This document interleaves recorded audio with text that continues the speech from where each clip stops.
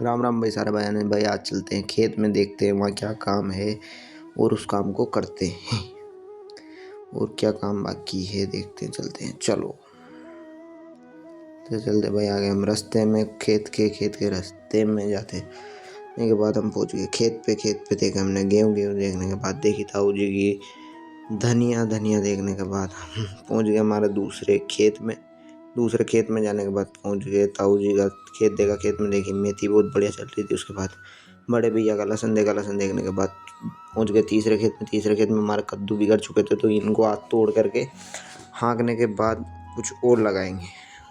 तो हम चल गए बरसिंग लेने। बरसिंग लेकर के चल दिया भैंसों की और पहुंचने के बाद भैंसों को डाल दिया हमने बरसिंग डालने के बाद भाई हो गई थी। अब हमें शाम को हम तोड़ने चले गए कद्दू तोड़ने के बाद भाई हमने कर दी टप में इकट्ठे करने के बाद भाई हमने करा इनका एक जगह स्टॉक, क्योंकि इनकी आज लास्ट तुड़ाई थी।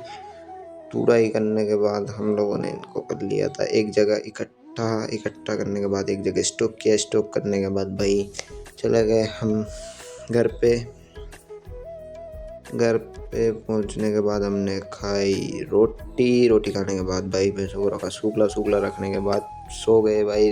मिलते हैं नेक्स्ट व्लॉग में।